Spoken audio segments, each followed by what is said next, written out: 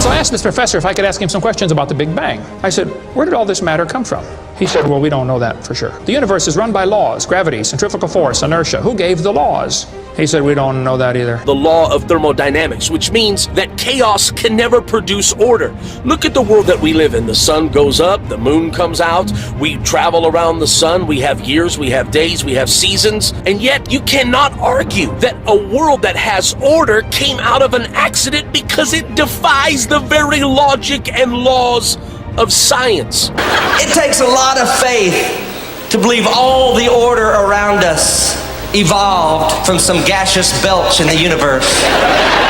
Dear Mr. Atheist, first of all, let me correct you. Evolution is not a science, never has, and never will be. Why? Because it cannot fit within the parameters and parentheses of science for one simple reason. It was never observed. You think of any observable evidence for Darwinian evolution where he said there'd be a change of kinds? Monkey to man, is that what you're talking about? Yeah, a change of kinds. I don't really believe there's any proof for that yet. Monkeys are the only ones with the fifth digit, like we have.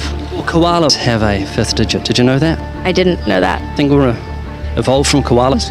No. Which came first, the chicken or the egg? The egg. Egg, okay. Was the egg fertilized? You got me. That's why it's called the theory of evolution. Evolution say people came from monkeys, and the question is, why is there still monkeys? Is these the retarded monkeys? They didn't turn into people just yet.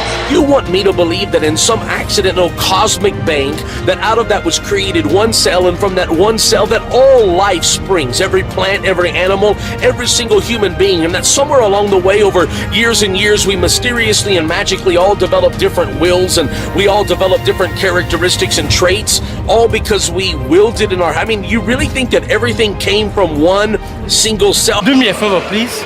Get out of here. Explain it to me how a program could make itself out of nothing on how to make a human eye, giraffe size, elephant size, cats, dogs, puppies, flowers, birds, trees. Every living thing has DNA that's so complex, it's mind-boggling. It must have been a genius beyond any human reasoning that put it together. And to say it happened by chance is infinitely sillier than saying a physical book happened by chance. Nowhere in our history of human reality has something kind of just appeared out of nowhere. Do you believe that nothing created everything? No, because nothing can perform actions. That makes no sense. Of course it's counterintuitive that you can get something from nothing. Of course common sense doesn't allow you to get something from nothing. That's why it's interesting.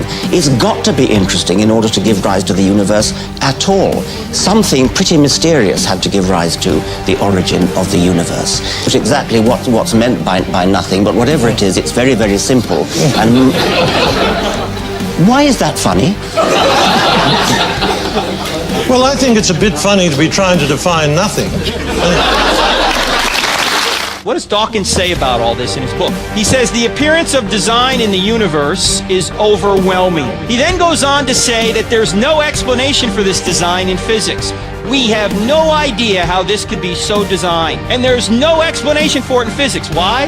Because there was no physical world. So physics can't be responsible for it. A tornado rolls through a junkyard full of a bunch of old cars, and somewhere on the other side of that tornado, out of that junk pile, it magically produces a perfectly red, shiny, working Lamborghini. That is absolutely stupid. I mean, how much faith would it really take to believe something as idiotic as that? Do you know the name of Richard Dawkins, that very noted atheist, belligerent atheist? He was on a radio program on the BBC live. He said, if you want to ask an average Christian even to name the Gospels, they won't know it. And so the vicar just kept listening, and he said, Richard, you're a very erudite scientist.